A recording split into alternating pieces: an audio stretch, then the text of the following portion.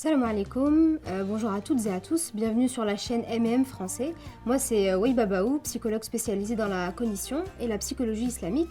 Alors aujourd'hui, donc dans la continuité des vidéos qu'on a fait auparavant sur les émotions et l'intelligence émotionnelle, aujourd'hui on va voir justement comment développer son intelligence émotionnelle et surtout pourquoi. Pourquoi est-ce que c'est important de la développer.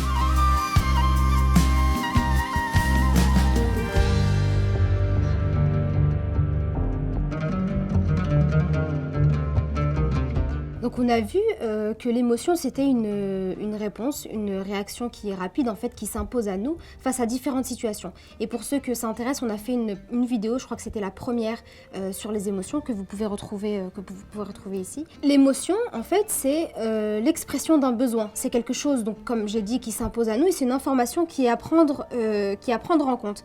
Mais il arrive parfois que certaines situations font qu'on a en fait des émotions qui sont exacerbées en fait, des émotions qui sont, je vais pas dire le mot exagéré, mais il y a certaines situations qui par exemple vont nous énerver plus que d'autres, ou il y a certaines situations qui vont nous rendre tristes plus que d'autres, et justement en fait on va essayer de voir justement à travers l'intelligence émotionnelle qu'on avait vu dans une précédente vidéo, qui est justement la capacité d'une personne à identifier ses émotions, à les accepter, à les gérer, les reconnaître, etc. Vous pouvez d'ailleurs retrouver la vidéo de l'intelligence émotionnelle qu'on a fait il y a quelques semaines. Donc on a vu que c'est important de reconnaître ces émotions, que c'est important de pouvoir les accepter aussi, puisqu'en fait si on les reconnaît rapidement, on va réussir aussi à les traiter rapidement avant que ça dégénère. Donc un sentiment de colère qui devient, une émotion qui est la colère qui devient un sentiment de haine, de rage, etc. Pareil pour la tristesse après qui va dans le temps devenir quelque chose de très négatif pour nous et néfaste dans notre vie. Et justement, lorsque une aussi des choses néfastes d'une mauvaise reconnaissance des émotions, c'est lorsque on va pas reconnaître ses émotions, par exemple, on va se calquer aux émotions des autres. On va projeter les émotions, nos propres émotions sur celles des autres personnes autour de nous, mais les autres personnes vont également projeter nos émotions sur nous. Parce qu'en fait, on n'est pas à même de comprendre nos propres émotions. On peut donc, grâce à l'intelligence émotionnelle, qui est finalement un outil, on peut éviter un bon nombre de choses négatives. Et grâce à l'intelligence émotionnelle, on peut faire de nos émotions des éléments qui vont nous aider. C'est des éléments qui vont être entre guillemets à notre service, et on va plus être nous au service de nos émotions et se laisser justement dépasser, surpasser par nos émotions jusqu'à ce que ça dégénère finalement.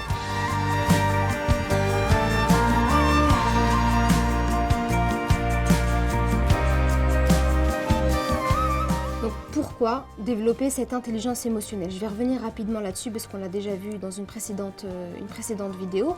Mais l'importance de développer son intelligence émotionnelle, c'est que on va avoir une meilleure connaissance de soi. Ça va nous permettre d'avoir un meilleur bien-être, de se sentir mieux psychologiquement parlant. Au niveau de la santé mentale aussi, on va avoir une meilleure santé mentale. Au niveau physique, on a vu qu'il y avait des désagréments physiques à cause d'une mauvaise gestion des émotions. Donc ça, c'est très important d'un point de vue personnel pour notre bien-être. Aussi, le fait de reconnaître plus rapidement son émotion, ça nous permet d'agir rapidement en conséquence, en parallèle de développer sa créativité et de faire preuve aussi de résilience face aux différentes épreuves et aux obstacles qu'on peut rencontrer dans notre vie, dans notre quotidien. Et un autre élément, troisième élément, c'est qu'en tant que musulman, on a des comptes à rendre sur notre comportement. Donc on se doit de suivre un certain cadre pour pas justement le dépasser, et que par exemple lorsqu'on est en colère, voilà, essayer de pas aller frapper quelqu'un, ou alors lorsqu'on a peur, bon ça c'est pas vraiment une histoire de cadre ou pas, mais lorsqu'on a peur, essayer justement de canaliser cette peur en se disant que Allah Azza wa Jal, il est avec nous. Donc se préoccuper en fait de son état émotionnel, c'est finalement se préoccuper de sa spiritualité, de l'état de sa foi. Et justement, lorsqu'on souhaite se réformer et développer justement cette intelligence émotionnelle, on peut formuler comme intention, parce que c'est un long cheminement. C'est pas on se pose et puis on se dit bon bah là je développe mon intelligence émotionnelle. Non, c'est un long cheminement qui n'arrive pas du jour au lendemain. Et la première intention déjà qu'on peut formuler, c'est qu'on demande justement à Allah Azza wa Jal qu'il nous aide à gérer nos émotions et à en faire quelque chose de positif, et que ce soit plus quelque chose qui soit un frein pour nous. Et aussi, comme je disais, l'intelligence émotionnelle, c'est la capacité à reconnaître, voilà, et gérer nos propres émotions, mais également celles des autres. On inclut l'autre justement dans finalement cette dimension de notre vie. Et en fait, lorsqu'on n'est pas bien, émotionnellement parlant, c'est difficile de prendre soin de l'autre. C'est difficile d'être présent pour l'autre également. Et je vais donner un exemple tout bête de la vie quotidienne, mais lorsque, je sais pas, il nous est arrivé un événement, le soir, on n'est pas très bien, on se sent pas très, voilà, on n'est pas très joyeux. Et ça nous fait plaisir quand on voit que, par exemple, les personnes avec qui on vit, donc que ce soit conjoint, conjointe, les parents, etc., font justement attention à notre état et voient qu'on n'est pas bien et qui apportent leur soutien. Donc ça peut être le matin, bon bah comment ça va, est-ce que tu as bien dormi? Mais pareil, quand on arrive au travail, s'il y a des collègues avec qui on est plus ou moins proches, qui vont nous dire bon bah comment ça va, ils vont remarquer en fait, s'ils ont justement cette intelligence émotionnelle, ils vont remarquer que vous n'êtes pas bien et ils vont essayer de faire en sorte que vous alliez mieux. Donc en fait c'est important pour nous, mais c'est important également pour l'autre, parce qu'en fait l'intelligence émotionnelle c'est comme un pont en fait, c'est un pont entre les émotions des autres et entre nos émotions. Et comment en fait réussir à en faire justement une cohésion.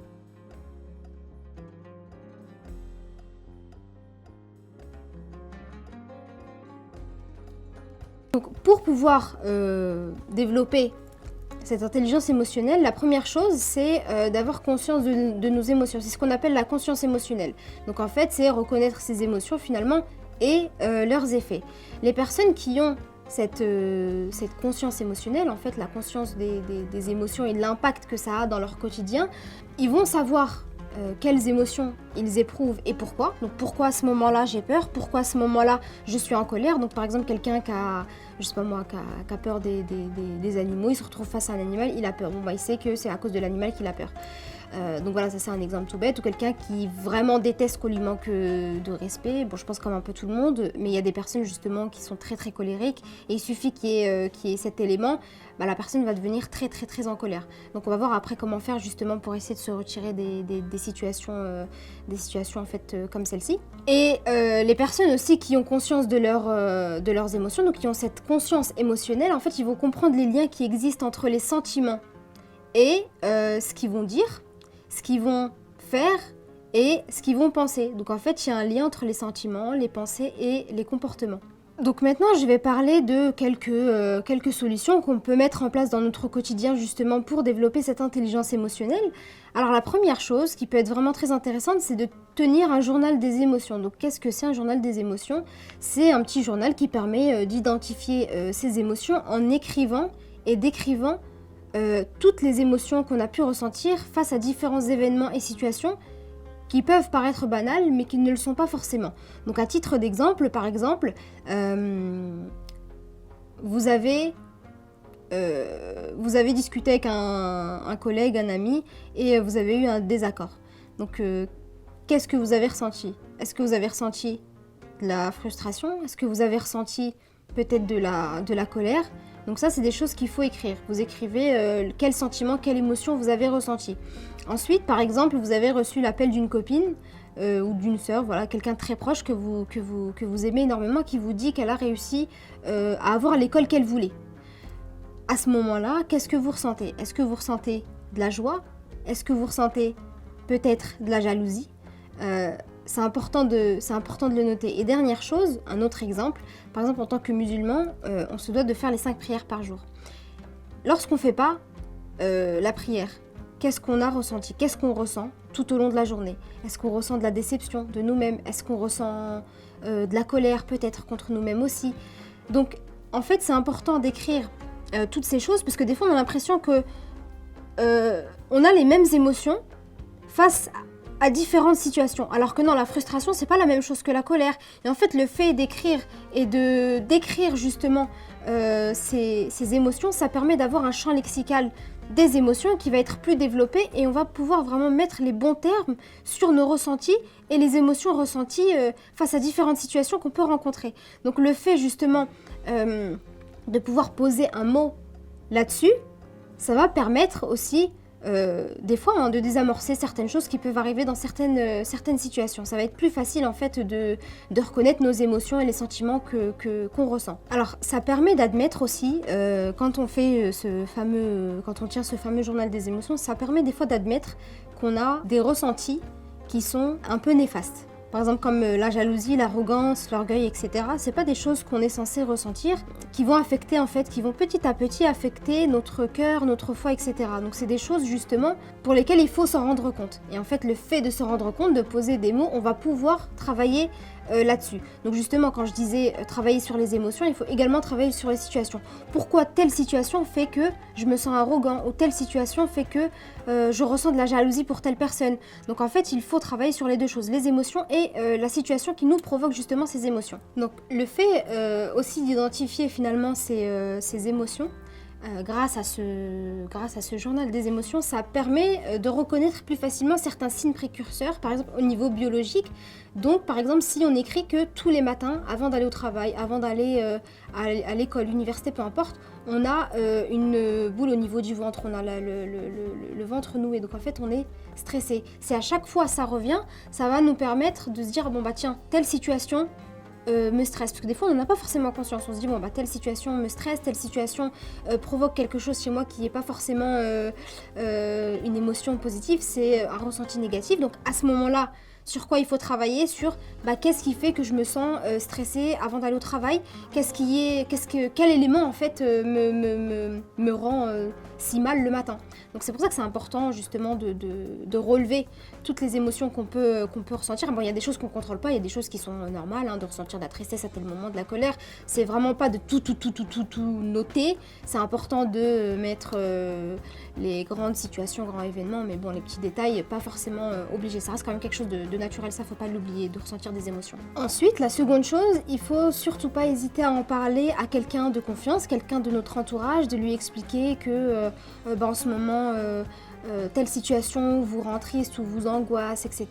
Ça permet quelquefois de prendre du recul sur une situation lorsqu'on est... parce que des fois quand on est dans une situation, on a du mal à prendre du recul et on n'arrive pas à voir les possibilités qui peuvent en fait finalement s'offrir à nous et éventuellement passer à l'action grâce à la discussion qu'on a eue avec le proche. Donc se dire, troisième petite solution, ça peut être juste laisser couler la situation, prendre du recul et en fait se retirer. Donc par exemple, comme j'ai dit tout à l'heure, vous êtes énervé, il y a une personne qui vous a manqué de respect, tout de suite vous coupez parce que vous dites que ça va aller loin. Donc je me retire, j'attends que ça redescende, que je me calme, que vraiment que ça se désamorce et ensuite je reviens pour en discuter. Mais en fait ça permet vraiment finalement de s'éduquer. Le fait d'éduquer, entre guillemets, de connaître ses émotions, ça nous permet de s'éduquer aussi émotionnellement parlant. Et aussi la troisième chose, c'est de faire quelque chose qui vous plaît. Donc vous retirez de la situation, une situation que vous savez qui va vous rendre triste, ou vous allez chez... par exemple, des fois, il y a des repas de famille qui sont pas très sympathiques. Vous y allez pas à la place, je sais pas moi, vous faites quelque chose qui vous plaît, vous regardez un film, pour essayer justement de s'évader. Donc vous avez plusieurs solutions qui peuvent s'offrir à vous. Ensuite, il y a la dernière partie qui est l'une des plus importantes, qui est celle d'ordre spirituel. Donc il y a plusieurs choses qui peuvent nous aider à justement, entre guillemets, gérer nos émotions et également à développer cette intelligence émotionnelle. Ça peut être donc la méditation, et dans la méditation on a plusieurs choses. On peut avoir donc la prière qu'on fait, ça peut être le dhikr qui est l'évocation. Plusieurs fois par jour, ça permet un petit peu de se concentrer sur quelque chose en évitant de penser à autre chose. Ensuite, donc toujours d'ordre spirituel, il y a des doa, en fait, des invocations qui sont extrêmement importantes justement pour repousser la tristesse, l'anxiété. C'est des invocations qui sont assez faciles à apprendre et en fait c'est des outils qu'on a déjà dans la religion pour maîtriser ces émotions. Et en fait, c'est aussi des invocations qui nous montrent que finalement, ressentir des émotions négatives, c'est possible et c'est quelque chose qui est naturel. Mais on a les outils. Donc c'est pour ça, plus on apprend sur sa religion, plus ça nous permet également de mieux justement se connaître d'un point de vue émotionnel. Ensuite, là j'ai parlé des solutions pour nous. Donc moi je suis pas bien, qu'est-ce que je fais, qu'est-ce que je peux faire pour développer mon intelligence émotionnelle, parce qu'après l'avoir développer, c'est pas quelque chose qui est figé dans le temps, hein. C'est pas un jour je me dis bon bah là j'ai terminé de développer mon intelligence émotionnelle, non, c'est quelque chose qui se fait dans le temps et qui fluctue, hein. Des fois on réagit plus de la même manière quand on a différentes émotions, on réagit plus pareil, mais ça c'est en ce qui me concerne. Ensuite, pour les autres, c'est très important aussi de savoir se mettre à la place de l'autre. Parce qu'on a dit que l'intelligence émotionnelle, c'est moi, mais c'est également l'autre. Donc il faut prendre en considération l'autre quand lui, il ressent des émotions qui sont justement négatives. Donc qu'est-ce qu'on fait? Qu'est-ce qu'on peut proposer à l'autre quand une personne vient vous parler? Elle vient vous raconter quelque chose qui la rend triste, peu importe. Il faut l'écouter. Pas simplement entendre, mais vraiment avoir une écoute bienveillante. Donc vous écoutez ce qu'elle vous dit, vous essayez d'être présente physiquement et émotionnellement, psychologiquement avec elle, sans forcément lui donner des conseils. Parce que des fois on a tendance à, une personne vous parle, ah bah direct, je pense que tu devrais faire ça. Non, pas forcément. Juste écouter, des fois la personne elle a juste besoin de se vider. Donc en fait faire la même chose qu'on aimerait qu'on fasse pour nous. Donc c'est important en fait de donner de la valeur à la parole de l'autre. Et en fait de l'accueillir avec bienveillance comme pouvait le faire le prophète alayhi salatu wassalam. Donc vraiment s'inspirer de son comportement et demander dans l'immédiat ce que la personne a besoin. Est-ce que tu aurais besoin que je fasse quelque chose pour toi? Plus demander, proposer son aide plutôt que directement, comme j'ai dit auparavant, donner des conseils. Aussi, donc faut prendre aussi en compte les différences culturelles. Il y a des personnes, d'un point de vue culturel, mais aussi l'éducation, vont pas forcément exprimer leurs émotions, ou alors ils vont surexprimer leurs émotions. Donc faut faire aussi attention à faut le prendre en compte, pas forcément faire attention, mais faut prendre en compte les différences culturelles. Quelqu'un qui s'ouvre pas à vous, qui exprime pas ses émotions, ça veut pas dire qu'elle vous aime pas, ou voilà, c'est des choses qu'il faut prendre en compte dans cette intelligence émotionnelle et finalement rester flexible lorsqu'on est avec l'autre qui n'est pas forcément comme nous. Ensuite, l'une des choses finalement qui est extrêmement importante, c'est que lorsque vous voyez qu'il y a des émotions qui sont extrêmement difficiles à gérer, ou alors des situations qui provoquent des émotions négatives à chaque fois. Donc à chaque fois que vous allez voir telle personne, vous vous sentez mal. À chaque fois que qu'il se passe tel événement, vous ressentez une émotion négative. Alors peut-être qu'il faudrait travailler sur la situation. Pourquoi ? Parce que là, le problème, c'est pas forcément l'émotion, parce que l'émotion, elle est en réponse à la situation, l'événement. Il faut travailler sur l'événement, la situation. Pourquoi est-ce que je me sens en colère quand je vois cette personne? Pourquoi est-ce que je me sens coupable ou je ressens de la culpabilité pour telle situation à chaque fois? Donc, il faut travailler sur justement cette situation. Et ce qui est important, c'est pourquoi pas demander de l'aide auprès d'un psychologue, psychiatre, enfin des professionnels de santé qui peuvent vous accompagner dans ce cheminement, parce que des fois c'est difficile de démêler tout seul ce genre de situation ou de trouver finalement la solution au problème de pourquoi est-ce que je réagis comme ça, pourquoi est-ce que je suis comme ça. Donc, pour terminer cette vidéo, finalement l'intelligence émotionnelle c'est un outil de changement. Pourquoi ? Parce que on se connaît mieux, on vit mieux les choses. Et le fait de connaître et mettre des mots sur ses ressentis, ça permet de mieux vivre justement les situations, mais aussi de vivre pleinement les situations. Comme j'ai pu le souligner dans d'autres vidéos, je suis en colère, c'est pas grave, j'ai le droit d'être en colère. Donc on ressent moins par exemple de la culpabilité, ou alors là je suis triste pour X ou Y raison, peut-être qui peut être banal. Pour certaines personnes, elle est triste pour telle ou telle raison, il n'y a pas à être triste. En fait si, vous avez le droit d'être triste pour ce que vous avez envie. Donc en fait ça peut déjà déculpabiliser, et ça c'est extrêmement important. Merci d'avoir suivi cette vidéo avec M&M français. N'hésitez pas à liker, à vous abonner, et puis laisser des commentaires si ça vous a plu ou non, et donner des suggestions, donnez vos conseils éventuellement si vous avez des questions ou des idées sur ce qu'on pourrait proposer à l'avenir. N'hésitez pas à nous en faire part en commentaire. À très vite, j'espère, Inch'Allah. Salam alaikum.